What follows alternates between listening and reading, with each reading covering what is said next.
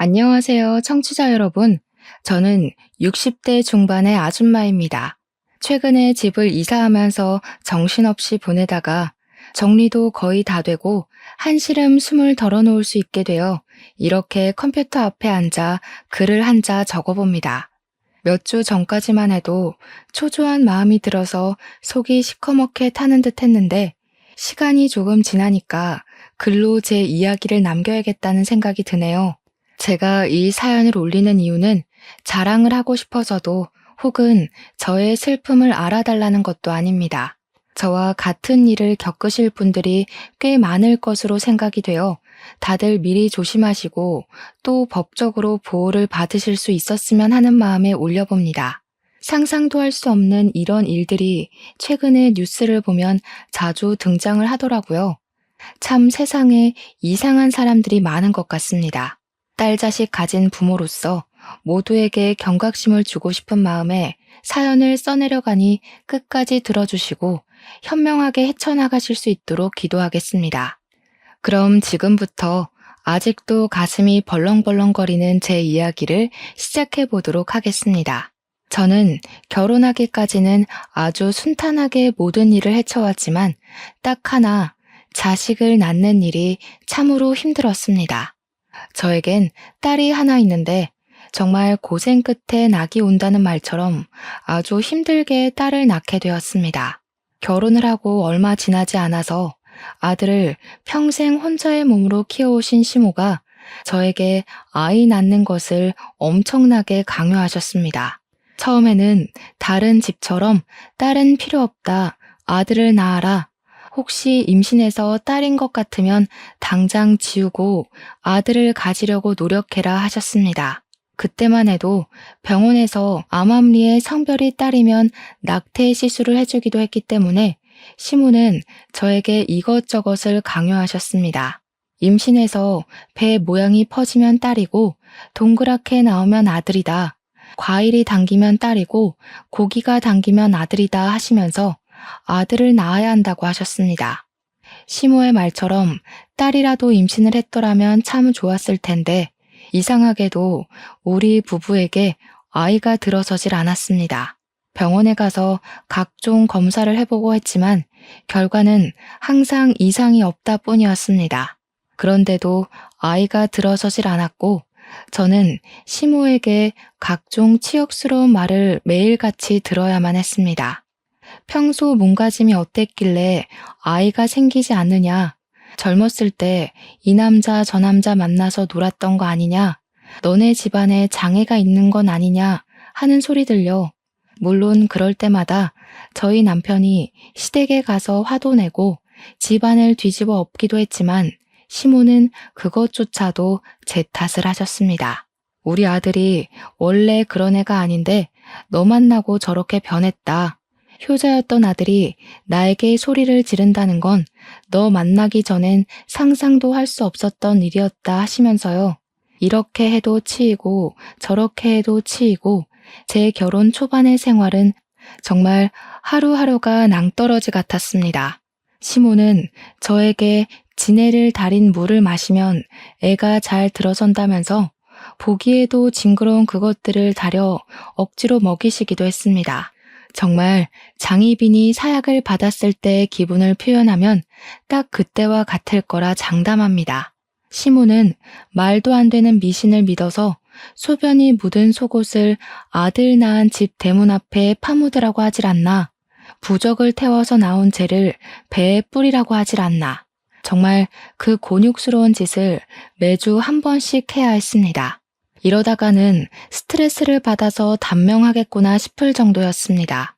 오죽하면 우리 남편이 시모에게 엄마가 하도 스트레스를 주니까 애가 더 들어서지 않는 것 같다고 집에 찾아오지 말라고 엄포를 놓았죠. 시모가 딱 일주일 발길을 끊었을 때는 정말 이게 천국이구나 싶었는데 일주일이 지나서 임신했니? 안 했지? 거봐, 내가 안 간다고 생기는 게 아니잖아 하시더군요. 고작 일주일 만에 어떻게 임신 사실을 알겠습니까? 시모는 그냥 저를 괴롭힘으로써 스트레스를 푸셨던 것 같습니다. 그 일주일이 지나고 나서 또 매주 찾아오셔서 저에게 각종 미신들을 이행하라고 요구하셨습니다. 저는 스트레스성 만성 두통까지 겪게 되었고 남편에게 이민이라도 가고 싶다고 엉엉 울면서 매달렸습니다. 결국 그 당시에는 지금처럼 기술이 발달하지도 않았던 시험관 시술이라는 것을 하게 되었습니다. 지금처럼 체계가 잘 잡혀 있는 것도 아니었고 기술이 발달한 것도 아니어서 실패가 되는 경우가 허다했습니다. 하지만 그렇게라도 하지 않으면 시모의 등살을 버텨낼 자신이 없었기에 저는 뼈를 갈아내는 심정으로 시험관 시술에 참여하게 되었습니다. 처음 실패는 그럴 수 있다. 두 번째 실패는 다음이 있다 하면서 버텼지만 8차까지 이어진 실패에 저희 부부는 망연자실했죠. 둘 중 한 명에게라도 이상이 있었으면 그러려니 하고 넘어갈 텐데 둘 다 정상적인 몸을 가지고 있음에도 아이가 생기지 않으니 시모는 저에게 너네 집안의 업보 아니냐고 조상님 중에 매국노가 있었던 거 아니냐는 막말까지 하셨습니다. 저에게 굿을 해보라고 1,000,000원이면 한다더라 하면서 무당을 여러 소개해 주시기도 했었죠. 그 당시 물가로 1,000,000원이면 정말 어마어마한 돈이었거든요. 게다가 저는 그런 미신을 믿지도 않았고요. 8차 시험관을 실패했을 때 병원에서도 저에게 몸이 회복할 시간이 필요하니 조금 쉬었다가 하는 게 좋겠다고 했습니다. 계속된 실패로 시모는 언제라도 저를 쫓아낼 준비를 하고 계셨고 남편에게 밖에다가 씨를 뿌려오라고 대놓고 말씀하시기도 했죠. 새 장가를 들어도 괜찮겠다 하시며 제가 보는 앞에서 다른 여자들의 사진을 들고 나타나시기도 했습니다. 그때마다 저는 애를 가지지 못한 죄인이라 아무 말도 하지 못했습니다. 우리 남편이 담배를 뻑뻑 피워대며 시모에게 난리를 쳐주었기에 부부관계를 유지할 수 있었습니다. 남편은 시모가 그럴 때마다 항상 제 손을 꼭 잡고 나는 너밖에 없다. 너 말고 다른 여자랑 재혼할 생각도 없고 아이를 가질 생각도 없다며 제 편을 들어주었습니다. 남편은 시모에게 차라리 아이를 입양해서 키우는 한이 있더라도 제 마누라랑은 절대로 헤어지지 못한다고 못을 박았습니다. 시모가 입양이 무슨 소리냐고 절대 안 된다. 우리 아들의 씨를 남겨야 한다고 바락바락 악을 쓸 때에도 남편은 든든한 벽이 되어 주었습니다. 남편이 출근해 있는 시간에 시모가 찾아오거나 전화를 하면 어쩔 수 없었지만 남편이 저와 함께하는 시간 동안만큼은 든든했죠. 제가 이 지옥 같은 시집살이를 겪으면서도 버틴 건 오로지 남편 하나 때문이었습니다. 사람 일은 정말 한 치 앞도 모르는 거라고 27살에 시집을 와서 36살이 되던 해에 그렇게 정정하시던 시모가 갑자기 쓰러지시게 되었습니다. 그 전날까지도 저에게 거머리 같은 년이라고 당장 짐 싸서 나가라고 호통을 치셨던 시모였는데 말이죠. 친구들이랑 등산을 가셨다가 산 중턱에서 뇌출혈이 와서 갑자기 쓰러지신 겁니다. 친구분들이 어찌어찌 119에 신고를 했지만 당시에 휴대폰이 있었던 것도 아니고 구급대원이 헬기를 타고 구조를 하던 시대도 아니었거든요. 구급대원이 도착하기까지 시간이 너무나도 많이 흘러버렸고 거기서 병원까지 가는 길도 지체가 되어 완벽하게 골든타임을 넘겨버리고 말았습니다. 신고를 하고 구급대가 도착하기까지만 해도 1시간이 훨씬 넘게 걸렸다고 하니까요. 거기서 시모를 들것에 싣고 산을 내려가는데도 시간이 소요됐을 테니까 말이죠. 아무튼 우리 시모는 병원에 도착해서 아무런 처지도 받지 못했습니다. 이미 뇌사 상태에 빠진 다음이었고 저희 남편은 과감하게 장기 기증을 하겠다고 하였습니다. 그대로 사망 선고를 받게 된 시모는 죽어서야 남들의 생명을 살리는 일을 하시고 뼈 조각만 몇 개 남아 화장을 하게 되었습니다. 우리 남편은 호울 시어머니를 잃고 슬퍼했지만 저는 솔직히 하나도 슬프지 않았습니다. 시모의 영정 사진을 보고 있는데 죽어서도 내가 너 아들 낳는지 안 낳는지 지켜보겠다 하는 것처럼 보였거든요. 마지막 가는 길까지 시모의 영정 사진을 제대로 쳐다보지도 못했으니 그동안 제가 얼마나 괴로웠는지 짐작이 가시겠죠?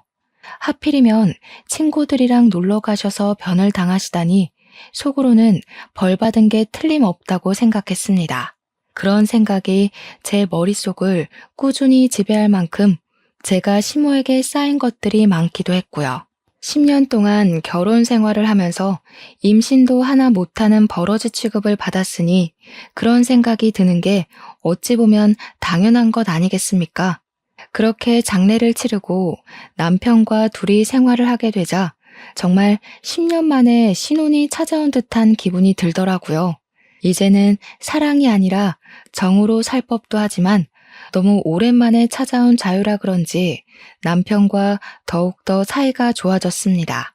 그리고 시모가 돌아가신 지 얼마 되지 않아 정말 기적같이도 제가 임신을 하게 되었습니다. 저는 처음에 제 몸의 변화를 눈치채고도 임신이라 생각하지 못해서 소화제도 열심히 먹고 내과도 계속 다녔습니다. 의사 선생님이 제게 혹시 임신하신 것 아니냐고 빨리 약국에서 테스트기 사서 해보시라고 그제야 임신인가 싶더라고요. 집에 와서 테스트기를 해봤는데 선명하게 두 줄이 뜨는 걸 보고 정말 귀신이라도 본 듯 소스라치게 놀랐습니다. 10년 동안 임신이 되지도 않고 그럴 기미조차 보이지 않았었는데 시모가 죽자마자 임신이라니 이게 무슨 운명의 장난입니까? 저에게 집안에 업보가 쌓인 거라고 저주를 퍼부었던 시모였는데 아무래도 업보가 쌓인 건 제가 아니라 시모였던 것 같습니다. 하지만 임신 테스트기 하나로는 안심이 되지 않아 약국에서 5개를 더 사왔고 5개 모두 두 줄이 뜨는 걸 보고서야 저는 눈물이 나오더군요. 바로 산부인과로 달려가서 검사를 했는데 의사 선생님께서 저에게 축하한다고 임신이에요 산모님 하더라고요. 산모님이라는 소리를 듣는데 정말 너무 감격스러워서 말더듬이처럼 어버버거리면서 곧 고맙습니다 했죠. 속이 미스거리고 미열이 있고 생리가 늦어지던 몸의 변화를 왜 바로 눈치채지 못했었는지 참 바보 같더군요. 10년간 임신이 되지 않았기에 앞으로도 임신이 될 리가 없겠구나 하면서 스스로를 내몰았던 저를 반성하게 되었습니다. 임신입니다, 산모님. 이라는 말이 계속 귓가에서 떨어지지가 않아 너무나도 행복했습니다. 그 마음은 정말 어떻게 다 표현을 해야 할지 저는 집에 오는 길 내내 울면서 돌아왔죠. 임신 7주라는 말에 너무 신이 났고 이 사실을 남편에게 어떻게 전해야 좋을지 고민이 되더라고요. 그래도 그냥 바로 말을 해주는 게 좋을 것 같아서 남편이 퇴근하고 집에 오자마자 저는 초음파 사진부터 들이밀었습니다. 임신이라는 걸 꿈에도 생각을 못한 남편은 초음파 사진을 이리저리 보더니 눈물을 글썽이면서 저에게 그러더군요. 당신 암이야? 라고요. 제가 상상도 못한 말에 놀라서 입을 떡 벌리니까 저를 꽉 끌어안고 엉엉 소리를 내며 우는 겁니다. 우리 마누라 불쌍해서 어쩌냐고 결혼하고 나서 10년 동안 내내 구박만 받고 힘들었는데 이제야 행복해지고 있는데 암이 무슨 말이냐고 하면서요. 우리 엄마랑 하늘나라에서 또다시 만나서 구박받는 거 아니냐고 불쌍하다고 오열을 하더라고요. 저는 너무나도 당황해서 정정해줄 말을 찾지 못하고 있는데 제가 또 아무 소리도 안 하고 있으니까 남편이 먼저 난리를 치대요. 몇 길에? 뭐라는데? 살 수 있대? 항암 된대? 어디에 생긴 거래? 전이 됐대? 수술된대? 하면서요. 제가 남편의 등짝을 짝 소리나게 때리고 가만히 좀 있어 보라고 일단 진정 좀 하고 이야기를 하자고 했더니 또 막 울어요. 한참을 주저앉아서 울던 남편이 희망을 잃지 말자고 우리 수술부터 하자고 하더라고요. 그래서 암 아니고 임신이라고 이거 우리 뱃속의 아기 초음파잖아. 하고 말을 했죠. 우리 남편도 정말 상상을 못했는지 입을 떡 벌리고 한동안 아무 소리도 못하고 제 얼굴을 한번, 배를 한번, 얼굴을 한번, 배를 한번 쳐다보더라고요. 그러더니 임신? 하면서 갑자기 막 울다가 또 웃다가 또 막 울다가 난리를 치더라고요. 당장이라도 산부인과 가보자고 난리를 치길래 이미 병원 문 다 닫았다고 다음에 가보자 했더니 바로 회사에 연차를 내더라고요. 우리 마누라가 10년 만에 임신을 했다는데 병원을 같이 가줘야 한다고 남편의 상사도 아무 소리 못하고 연차 허락을 해줬대요. 다음날 날이 밝자마자 산부인과에 가서 같이 초음파 검사를 하는데 아이 심장 소리를 듣더니 또 엉엉 울더라고요. 심장 소리가 왜 이렇게 빠르냐고, 뭐가 잘못된 건 아니냐고 이것저것 쉬지 않고 질문을 하는데 의사 선생님도 막 웃으시더라고요. 너무 귀엽기도 하고 또 짠하기도 하고 고맙기도 해서 저도 같이 울어버렸습니다. 하지만 제 나이가 36살이다 보니까 나이가 있어서 그런 건지 유산이 되지 않게 조심을 해야 한다고 하더라고요. 다행히 자궁 자체는 튼튼해 보이지만 유산이라는 게 자궁의 튼튼함과 상관없이도 갑자기 이루어질 수 있는 일이라고 하셨어요. 그래도 산모 탓은 아니니까 유산이 된다고 한들 상심하지 말라고 신신당부를 하시더라고요. 10년 만에서야 겨우 얻게 된 자식인데 유산만큼은 절대로 안 된다는 생각이 들어서 조심해야겠다 다짐을 했습니다. 남편도 의사 선생님께 그런 걱정하지 마시라고 유산이 되어도 절대 마누라 탓 안 할 거라고 약속까지 걸었습니다. 그리고 저에게 아무것도 하지 말고 집에서 숨만 쉬라고 하더라고요.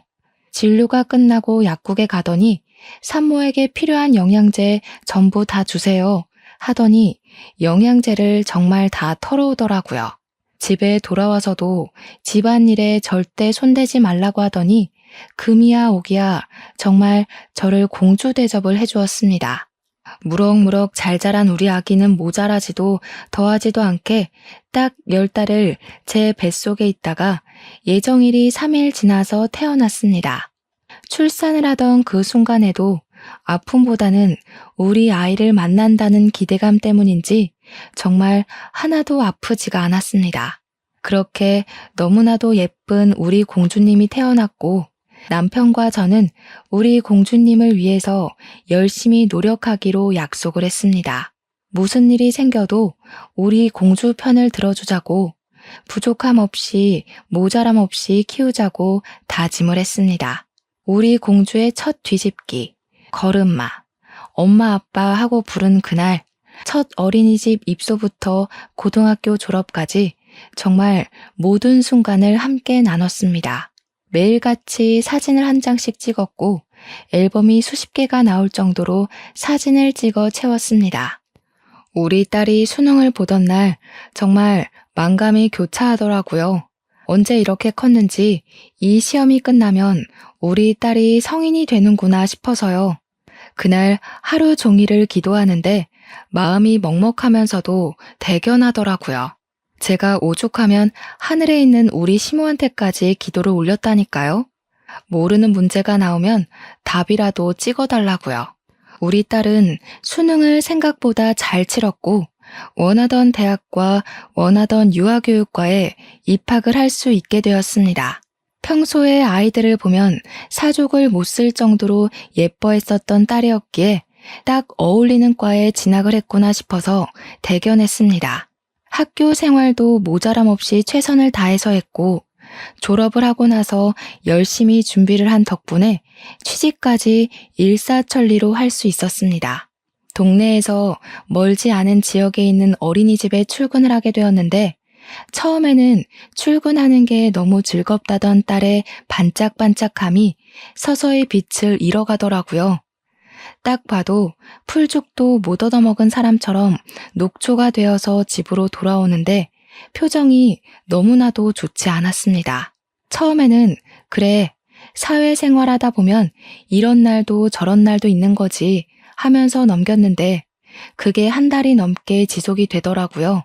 저는 참지 못하고 딸에게 무슨 일이 있냐고 물어보았고 딸은 저에게 요즘 엄마들이 왜 이렇게 극성인지 모르겠다면서 신세한탄을 하더라고요.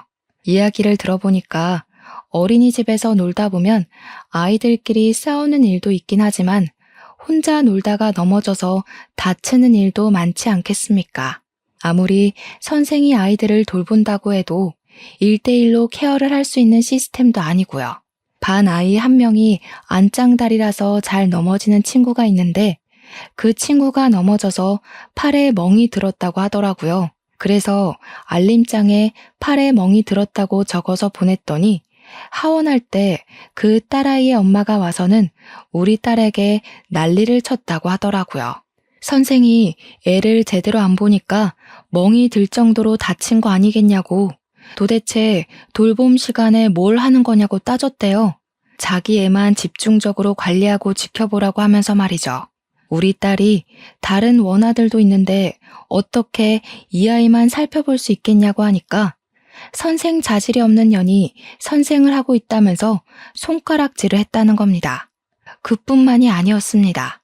정말 별별 일이 다 있었다고 이야기를 하는데 그 아이 엄마가 극성 중에서도 아주 진상인 엄마였던 것이었죠.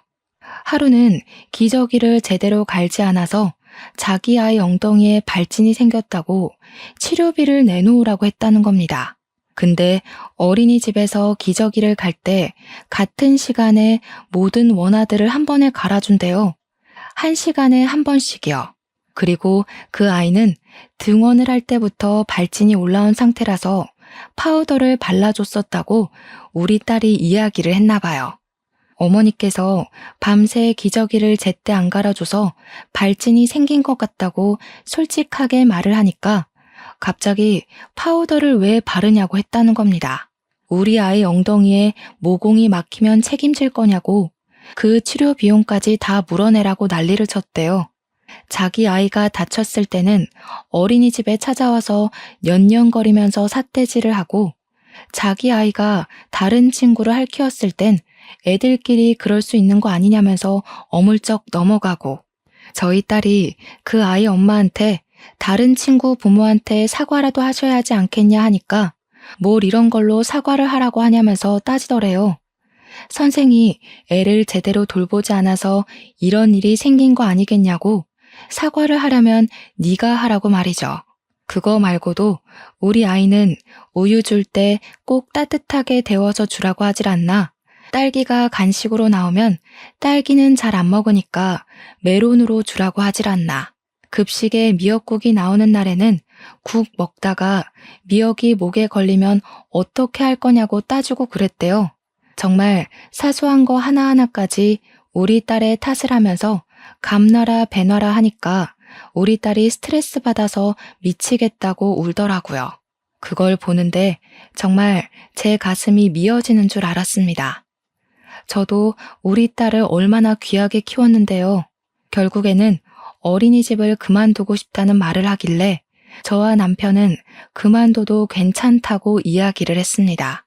일한 지 고작 8개월밖에 안 돼서 이렇게나 스트레스를 받고 있는데 도대체 평생 동안 어떻게 일을 한단 말입니까? 다른 어린이집을 가든지 아니면 다른 일을 해도 아직 20대 중반밖에 되지 않았으니까 괜찮을 것 같다고 용기를 주었습니다. 우리 아이는 바로 어린이집에 사표를 내게 되었고 3개월간 무엇을 할까 고민을 하더니 저와 남편에게 꽃꽂이를 배우고 싶다고 하더라고요. 당시에 플로리스트라는 직업이 각광을 받고 있을 때라 좋다고 생각하긴 했어요. 딸처럼 정적인 직업이기도 했고 우리 딸이 꽃 키우고 화분을 키우는데 취미가 있었거든요.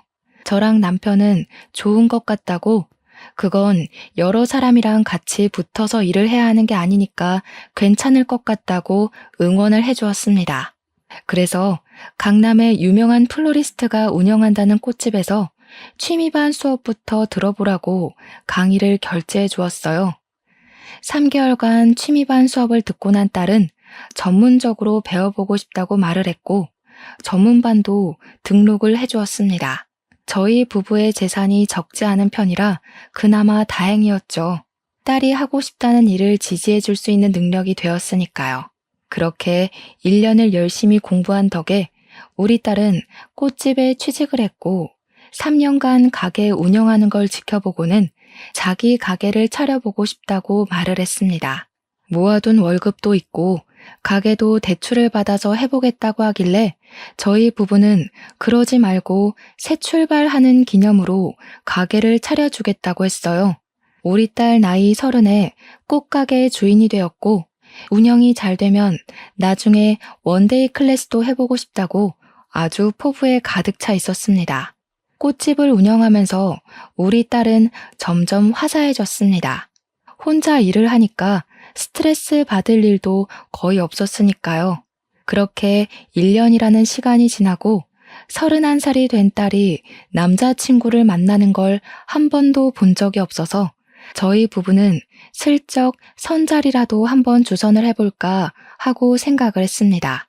딸에게 넌짓이 운을 떼니까 이미 만나고 있는 사람이 있다고 말을 하더라고요. 그래서 한번 소개해 줄 수 있냐고 물어보니 고개를 끄덕였습니다. 식당에서 만나기로 약속을 잡고 예약까지 다 마친 채로 그날이 왔고 룸에서 기다리고 있는데 딸이랑 딸 남자친구가 들어오더라고요. 근데 바닥에 앉아서 먹어야 하는 룸으로 되어 있으니까 예비사위가 무척 당황을 하더라고요. 자기가 룸은 좀 불편하다고 하는데 그게 무슨 소린가 싶어서 쳐다봤죠. 그러니 직원에게 의자에 앉는 자리는 없냐고 하더라고요. 어디가 아파서 그러냐 하니까 혈액순환이 잘 안 돼서 바닥에 앉으면 다리가 저리다고 하는 겁니다. 아니 고작 그런 이유로 굳이 자리를 바꿔달라고 요구를 하는데 좀 그렇더라고요. 솔직한 말로는 별로 마음에 들지 않았습니다. 보통 같으면 불편해도 그냥 앉지 않습니까? 이유도 가짱게 혈액순환이 뭡니까? 집에서는 어떻게 생활을 하는지 참 궁금하더라고요. 음식이 다 차려져 있는데도 박박 우기니 결국 자리를 바꿔 앉게 되었습니다. 그런데 참 무더운 한여름 날씨였는데 말입니다. 아무리 식당에 에어컨이 빵빵하다고 해도 되게 긴 바지를 입었더라고요. 다리가 짧은 건지 기장 수선을 안 한 건지 딱 봐도 기장이 길어 보여서 2단 정도 수선해주고 싶은 그런 바지 말입니다. 물론 여름에도 청바지나 정장바지를 길게 입긴 하지만 그런 게 아니라 신발을 다 덮고 있으니 이상하더라고요. 거기다가 면도 여름용 얇은 게 아니라 가을 겨울용 두꺼운 모직 같은 걸 입었는데 보고 있어도 후끈후끈 하더라고요. 패션 센스도 영 이상한 것이 우리 딸이랑 결혼하기엔 한참 부족한 친구로 보였습니다. 그럭저럭 식사 자리를 유지하고 있는데 회사를 다니고 있고 영업직을 하고 있다고 하더라고요. 명함도 없고 좀 수상해서 회사가 어디냐 하고 물어보니까 C기업에 다니고 있다고 하는 겁니다. 대기업은 아니지만 중견기업으로 튼튼한 회사라 좀 의외다 싶었습니다. 우리 남편이 C기업 손전문의 회사 아니냐고 자기가 손전무랑 잘 아는 사이라면서 예비사위가 거기 다닌다고 말이라도 전해야겠네 했습니다. 그러니 딸 남자친구가 엄청 당황해하면서 아니라고 자기 이제 이직할 거라 그런 거 말 안 하셔도 된다고 막 손사래를 치더라고요. 영 이상하다 싶어서 찝찝해하는데 우리 딸은 그 옆에 앉아서 해실해실 웃고만 있더라고요. 식사가 끝나자마자 그만 일어납시다 하고 계산을 하려고 하는데 활용점정으로 계산대 앞에 있던 웬 조폭 같은 남자가 예비사위를 보고 아는 체를 하는 겁니다. 너 하면서 부르는데 반가운 게 아니라 조금 놀란 얼굴로 보였습니다. 진짜 엄청난 거구에 얼굴이 험상궂게 생긴 것이 누가 봐도 조폭으로 보이는 사람이었습니다. 무슨 말을 하려고 하는 것 같았는데 예비사위가 선수를 치더니 저희 부부에게 자기가 좀 알던 사람이라고 얼른 나가자고 장인어른 장모님 얼른요 하면서 보채더라고요. 제가 그 자리에서 우리 딸이랑 연애만 하는 줄 알았는데 너무 앞서가는 것 같다고 한마디 했죠. 우리 딸은 제 눈치를 보고 그 조폭 같은 사람도 저희 부부를 빤히 바라보더라고요. 확실히 인상이 나빠서 그런지 쳐다만 보는데도 무서웠습니다. 빨리 나가자고 성화인 예비사위를 따라 식당을 나왔더니 조심히 가세요 하더니 뒷공문이 빠지게 도망을 가더라고요. 집에 오는 길에 딸에게 저 남자가 아무래도 좀 수상해 보인다고 이야기를 했습니다. 회사를 다닌다는 것도 거짓말 아니냐고, 어떻게 영업직 직원이 명함 한 장 없을 수 있냐고, 너는 수상한 거 못 느끼겠니? 했죠. 그러니까 딸이 저한테 너무하다고, 어떻게 사람이 하는 말을 하나도 믿어주지 않을 수 있냐고 투정을 부리더라고요. 자기가 회사 앞에 찾아가서 만난 적도 있으니까 C 기업에 다닌다는 말은 거짓말이 아닐 거라고 두둔을 하더라고요. 솔직히 그 건물에서 일하는 청소부일 수도 있는 거고 배달을 간 택배원일 수도 있는 거잖아요. 의심이 한번 생기니까 계속 꼬리에 꼬리를 물고 이어지더라고요. 택배기사나 청소부를 비할 의도가 있는 건 아니지만 굳이 직업을 숨기고 영업직이라고 하는 것도 이상하니까요. 거기다가 그 조폭 같은 남자의 얼굴이 자꾸 떠오르면서 영 찜찜하더라고요. 딸에게 그 남자랑 아는 사이인 것 같은데 이상하지 않냐고, 평소에 뭔가 이상한 기운 같은 거 없었냐고 하니까 딸이 정색을 하더라고요. 그 사람 진짜 착하고 순수한 사람이라고, 절대로 나쁜 짓 할 사람 아니라고 올곧게 믿어주더라고요. 우리 딸이 연애하는 걸 본 적이 없어서 아마 첫사랑이라 더욱 애틋한가 보다 하는 생각이 들었습니다. 저는 딸에게 신신당부를 했죠. 만나는 것 가지고 잔소리를 할 생각은 없지만 피임을 잘했으면 좋겠다고요. 덜컥 임신이라도 하면 큰일 나는 수가 있다고 경고를 했습니다. 그러자 우리 딸 얼굴이 새빨갛게 달아올라서는 엄마 무슨 그런 소리를 아무렇지도 않게 하냐고 하더라고요. 그러면서 예비사위가 결혼 전까지는 자기를 지켜주겠다고 했다고 그런 일 자체가 없다고 하더라고요. 아직 진도도 뽀뽀밖에 안 해봤다고 제가 순수한 사람이라고 그랬죠? 하면서 말갛게 웃는데 제 복장은 터지는 줄 알았죠. 우리 남편이 헛기침을 하더니 그거 하나는 마음에 든다고 또 편을 들어주더라고요. 그 뒤로 인사 한번 했다고 자주 얼굴을 비치기 시작하더라고요. 딸 가게에 걸핏하면 나타나서 딸을 보고 가는데 그럴수록 제 의심은 깊어졌죠. 딸 가게랑 C 기업이랑 거리가 꽤 멀었는데 일주일에 두세 번씩 오는 게 영 수상하지 않겠습니까? 회사에 있을 시간 아니냐고 물어보면 매번 외근 나온 김에 들린 거라고 하는데 무슨 영업직 직원이 지역 따라 움직이는 것도 아니고 말이죠. 매번 딸 가게 근처에서 미팅이 있는 건 아니지 않겠습니까? 하지만 증거가 없으니까 저도 꾹 참고 넘어갔죠. 그날은 딸 퇴근 시간에 맞춰서 같이 집에 가려고 꽃집에 갔는데 예비사회도 함께 왔더라고요. 딸이 잘 됐다고 집에 같이 가서 밥을 먹자고 하는데 제가 안 된다고 차마 말을 할 수가 없어서 같이 가자 했습니다. 제 차에 태워서 우리 집으로 가는데 예비사위가 애가 자꾸 안절부절 가만히 있질 못하더라고요. 정신사납게 왜 그러나 싶어서 무슨 일 있냐고 하니까 자기가 갑자기 배가 너무 아프대요. 집에 거의 다 도착했으니까 조금만 참아보라고 이야기를 했는데 큰 길에 접어들고 지하철역이 보이니까 갑자기 차 문을 벌컥 열고는 저 여기서 내릴게요 하고 뛰어내리는 겁니다. 저랑 딸 모두 기겁을 했죠. 아무리 잠시 신호에 걸려서 정차를 했다고 하지만 도로 한복판에서 이게 뭐 하는 짓인지 제가 놀래서 쟤 미친 거 아니냐고 하니까 딸이 급하게 화장실이 가고 싶었나 보지 배가 아프다는데 어떡해 하면서 편을 들더라고요. 우리 딸도 진짜 큰일이다 싶었습니다. 그 뒤에도 꾸준히 만나길래 남편이 사이가 될지도 모르겠는데 좀 친해져 보는 게 좋겠다고 하더니 같이 테니스를 치러 가자고 했다더군요. 근데 글쎄 테니스가 아무래도 몸을 쓰는 운동이다 보니 복장을 가볍게 입잖아요.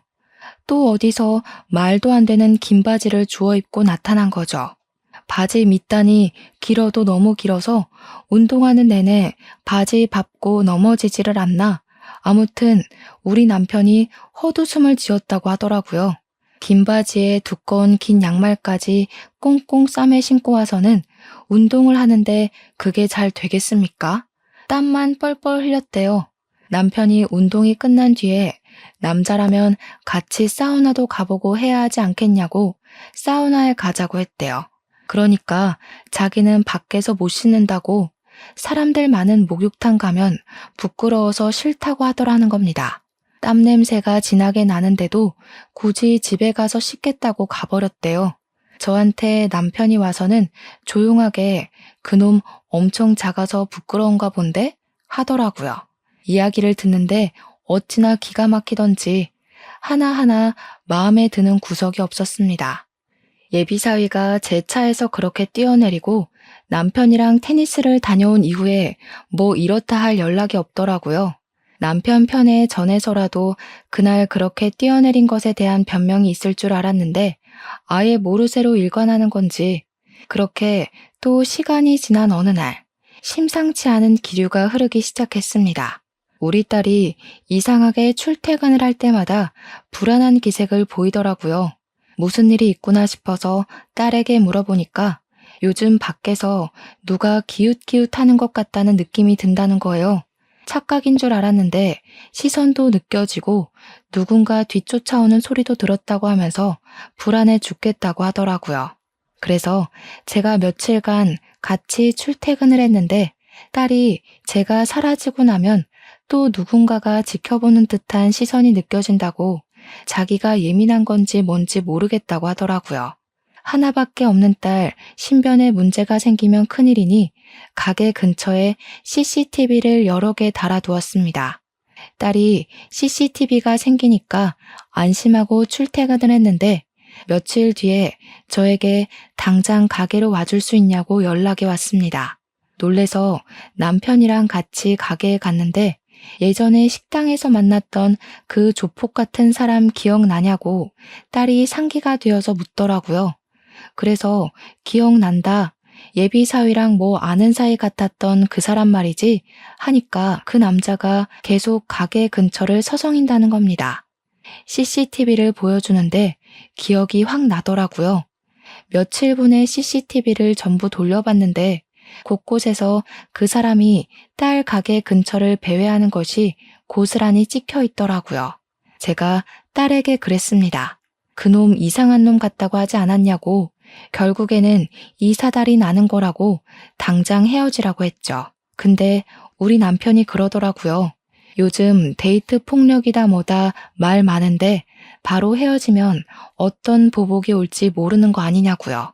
우리 딸은 막 벌벌 떨기 시작했죠. 혼자서 운영하는 가게이다 보니 무섭죠, 당연히. 그 뒤로 저랑 남편이 계속 번갈아 가면서 딸이랑 출퇴근도 같이 하고 최대한 가게에 있으려고 노력을 했습니다. 가게 근처에서 서성이는 그 남자를 찾아서 헤매기도 했고요. 예비사위는 여전히 가게를 찾아왔고 그럴 때마다 제가 탐탁치 않은 눈빛을 보내고 있었습니다. 그러던 어느 날 남편이랑 저랑 딸을 먼저 출근시키고 일이 있어서 조금 늦게 딸 가게에 갔는데 그 남자가 가게 앞에 딱 서 있더라고요. 제가 "저기요" 하고 부르니까 저를 돌아보면서 "네?" 하더라고요. 그래서 왜 자꾸 우리 딸 가게 앞에서 서성이냐고 CCTV로 다 봤다고 했죠. 영상 증거까지 다 있으니까 스토커로 신고를 하겠다고, "여기 왜 자꾸 찾아오시는 거냐고 했습니다. 그러니까 껄껄 웃으면서 "오해가 있으신 것 같은데 마침 할 이야기도 있으니 안에 들어가서 이야기를 좀 나눠도 되겠냐고 하더라고요. 어떤 사람인지 알고 가게 안으로 들이겠냐고 하니까 경찰 신분증을 보여주는 게 아니겠습니까? 제가 놀래서 "조폭 아니었어요?" 하니까 오히려 그 형사분이 당황하시더라고요. 그런 거 절대 아니라고, 인상 때문에 오해를 받긴 한다고 하시면서요.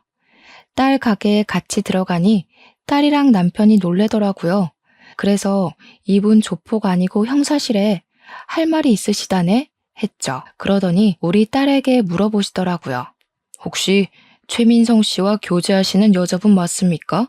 그러자 우리 딸이 네네 맞아요 하면서 고개를 끄덕였죠. 그때만 해도 남편과 저는 영문을 몰라서 가만히 있었습니다. 이런 일이 생길 줄은 꿈에도 모르고요. 제가 이 말을 해야 할지 말아야 할지 참 많이 고민했습니다. 그 새끼가 어떤 놈인지 알려드리는 게 맞는 것 같아서요. 혹시 그놈 전자발찌 차고 다니는 거 알고 계십니까? 그 말에 저와 남편은 물론이고 우리 딸까지 아무 말도 못하고 형사분의 얼굴만 바라보았습니다. 도저히 믿어지지가 않는 말이었죠. 발목 보신 적 없으시죠? 전자발찌 차고 있습니다. 아동 음란물 소지하고 성추행을 저질러서 징역을 살다 나와 전자발찌 2년을 구형받았습니다. 이제 곧 해제를 할 때가 됐는데 우연치 않게 식당에서 만난 거죠.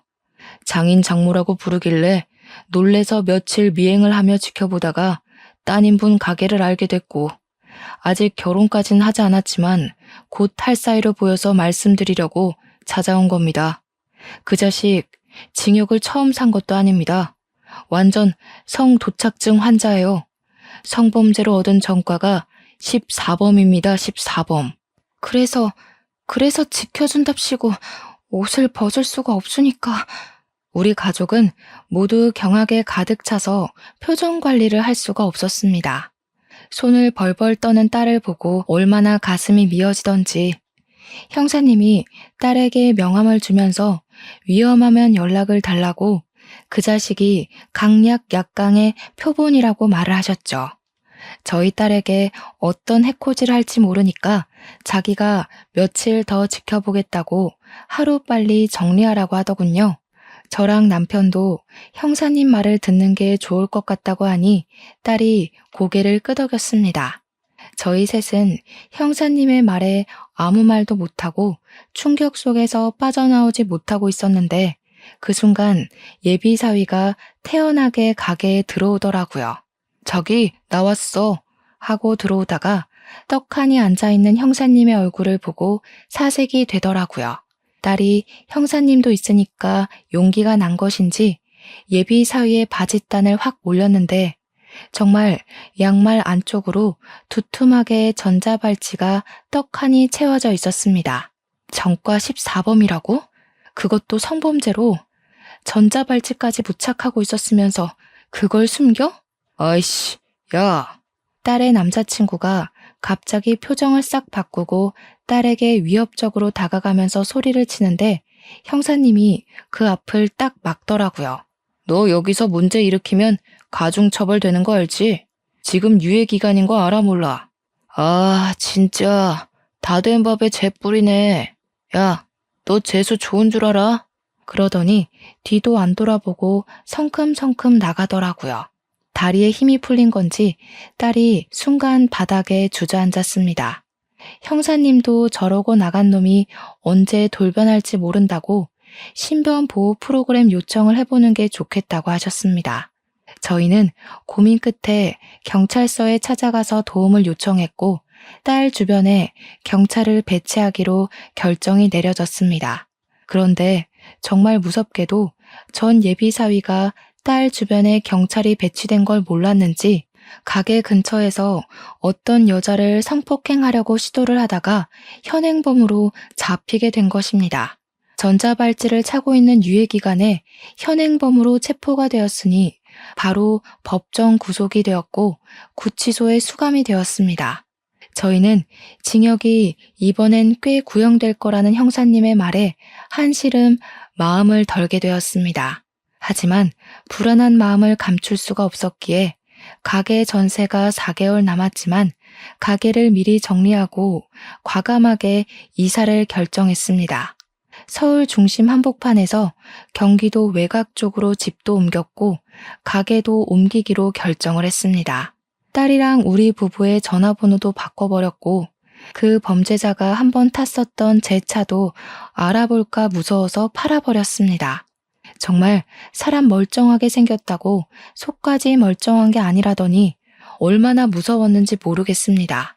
지금도 간간히 형사님과 연락을 주고받고 있고 아무도 알아볼 수 없는 곳으로 이사까지 왔으니 마음이 놓이긴 합니다만 그래도 사람 일은 모르는 거니 조용히 살아보려고 합니다. 요즘 이런 일이 비일비재하게 일어난다고 합니다. 주변에 숨어서 속내를 숨기고 다가오려는 놈들 말이에요.